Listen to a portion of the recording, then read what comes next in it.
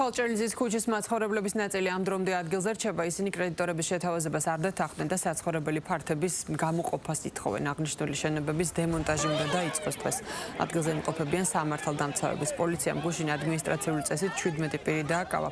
თვალჭრელიზის ქუჩაზე მოსახლეობის განსახლების პროცესი ღამით დასრულდა. შინაგან საქმეთა სამინისტროს ინფორმაციით პირები სამართალდარღვევათა კოდექსის 73 მუხლით არიან დაკავებული. ადგილზე გუშინ სამოქალაქო აქტივისტებიც იმყოფებოდნენ, რომლებიც გამოსახლებული მოსახლეობის სოლიდარობის ნიშნად მივიდნენ.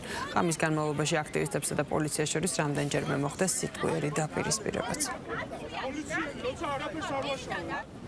განცხადებას ავრცელებს აღსრულების ეროვნული ბიურო. თვალჭრელიზის ქუჩაზე მდებარე კორპუსში აღსრულების ეროვნულმა ბიურომ გამოსახლების პროცესი დაასრულა. ათეულობით ვიზიტის შედეგად დადგინდა, რომ მისამართზე მუდმივად ცხოვრობდა 39 ოჯახი.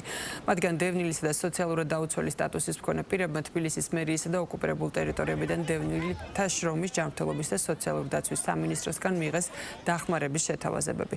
გამოსახლების პროცესი მისი დაწყებიდან გადადებული იყო ორჯერ, რითიც მხარებს მიეცათ დამატებითი დრო მორიგებისა და საქმის ნებაყოფლობით დასრულებისთვის.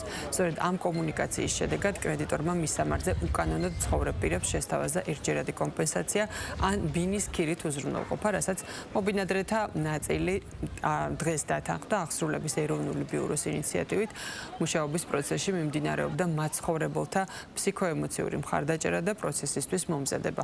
მოსახლეობას აუხსნეს, რა ნეგატიური შედეგები შეიძლება მოჰყოლდა სასამართლო გადაწყვეტილების ნებაყოფლობით შეუსრულებლობას. ასევე განსაკუთრებით ხაზგასმული იყო ის ფაქტი, რომ აღნიშნულ შენობა ნაგებობებში საცხოვრებლად საშიში იყო.